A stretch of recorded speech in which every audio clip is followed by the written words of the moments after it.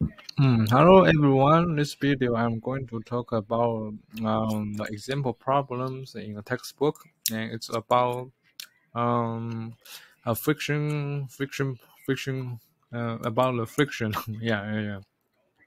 And we apply Newton's second law on friction problem, and I will just quickly demonstrate the two example problem in the textbook, and they are both easy, so I won't spend much time.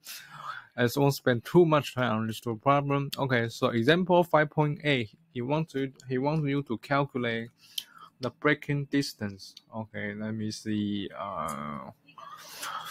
Where's the pen? Okay,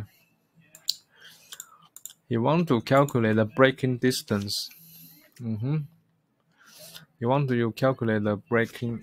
Sorry. Okay. You want to calculate the braking distance. Okay, braking distance as two kind of surface. Okay, braking distance on two kind of surface. If the kinetic coefficient between your car and surface, one is okay, like I said, one is 0.89, the other is 0.61, right? 0.61.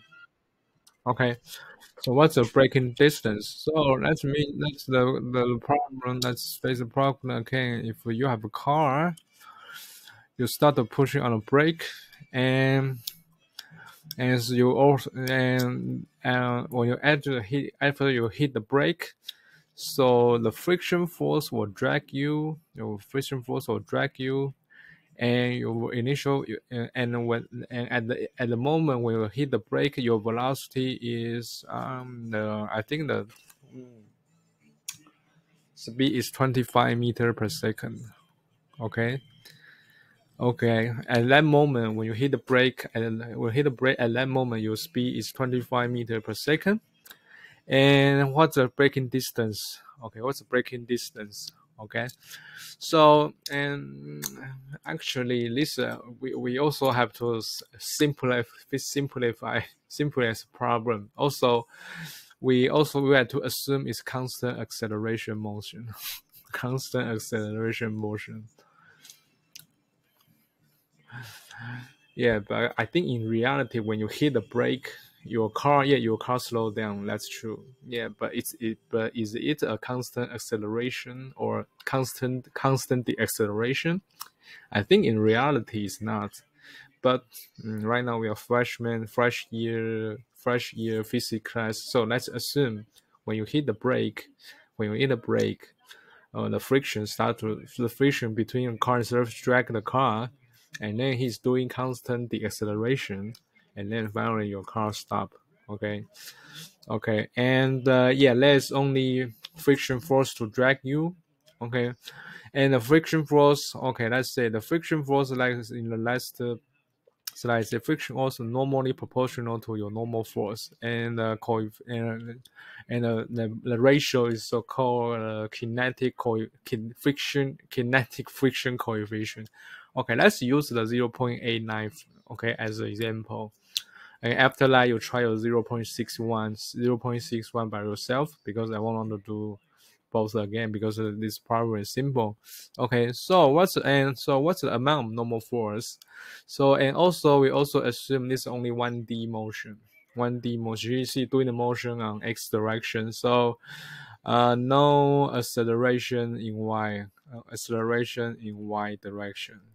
Okay, that means it's doing a one-dimensional motion. Okay, so if there is no acceleration in y direction, so you can calculate the normal force because you have the gravity weight. Okay, weight sigma f. We use apply Newton's second law. We only right now we only care about right direction. Y direction sigma f y equal to n minus a times a y because there is no acceleration y direction, so that means your vector sum, the y component is the net force in y direction is 0. Okay, so let's calculate what's the force in y direction. So you have normal force. Okay, well, normal force. Okay, and normal force. Okay, so it's going upward, so it's positive. So normal force minus the weight. Okay, the weight equal to 0. So it's very simple. In this problem, your normal force just your weight. Okay. So so your friction force is nu k times mg. Okay, that's a friction. Okay, so we got the friction. Okay, we got the friction. And what's the mass of the car? Did he say anything? Okay. Actually, this problem didn't give any information about the mass of the car, but we don't really need that. Okay. So let's write down. You want to calculate braking distance? Yeah, it's a kinematic problem. Let's write down the equation of motion. Xf equal to xi plus vi times t and plus 1 over 2 axt squared. Okay, so the final position I don't know. Let's set when you at the point at that time when you hit the brake. This we set the coordinate. We call this the instant. The x coordinate is 0. Okay, so SF we don't know, and initial position. Okay, we is 0. Okay, so the initial velocity is 25. Okay, the time I don't know. And plus 1 over 2 the acceleration of x. Right now I don't know acceleration of x, but we will figure that out. Okay, it's t squared. And where's another equation of what's another equation of motion? Is your final velocity is equal to your initial velocity plus a x times t. Okay, so your final velocity. So you want to brake the car. So your final velocity is 0. Okay, your initial velocity, like I said, is 25, and x I don't know, and times t. Okay, so we are trying to figure out what's the acceleration. We can figure out the acceleration, deceleration, because we already have the force, the friction force. Because when you do a brake, only the friction force drag you. That's our assumption. So in x direction, summation fx equal to max, right? So we got the force. So we plug use the Newton's second law, we can get the acceleration. Okay, we can get the acceleration of x and acceleration in x direction. So the friction force, the point. Let's assume the point to the right is positive, point to the left is negative. So mu k, so negative mu k mg equal to max. So you cancel the mass.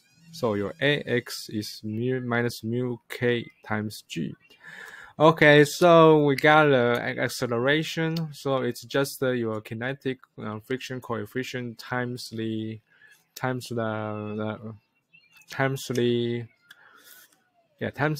gravitational acceleration. So let's say your ax. Well, I don't have a place to here. Okay, I place here. Okay, ax equal to mass. We use the 0.89 as an example.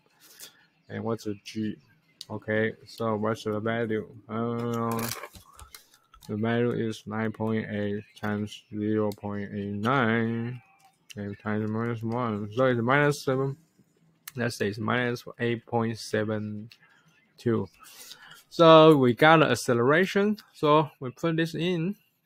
Okay, we get the t, right? What's the t? Okay, so I just give you an answer. Okay, you can do it by yourself. The t is it's probably 2.87. T is probably 2.87 seconds. Okay, and then we want to find a distance, the final position. The braking distance means the final position of the car. So we put the 2.87 into this t. Okay, let me make clear here. Go to t here. T goes to here. And ax equal to here. So, okay, so your xf equal to 25 times 2.87 plus 1 over 2 minus 8.72 times the t squared, 2.87 square. So I think the value, the xf is equal to 35.83 meters. So when you the surface kinetic coefficient, kinetic friction coefficient is 0.89. It takes the 36 meter to break in the car. And if you do the same analysis, do the same calculation again, if you use if the kinetic friction coefficient is 0.61, it will be, I give you the answer, it will be 52.25. It will be 52.25 meter. Yeah, you see it's increased a lot. Okay, that makes sense. If your car has larger friction to the surface, it will less. The braking distance is less.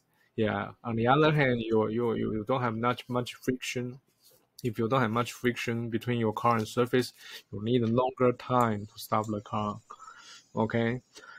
Yeah, but like I say, in this problem, we assume it's constant acceleration or constant deceleration. So, but in reality, is this true? When you're braking a car, is constant deceleration? Maybe approximately. Maybe approximately. Okay, this is a video, very simple video, but simple question on a friction problem. Okay, so I just stop the video here. Maybe I will do another simple example from the textbook in the next video. So I will see you in the next video. Bye bye.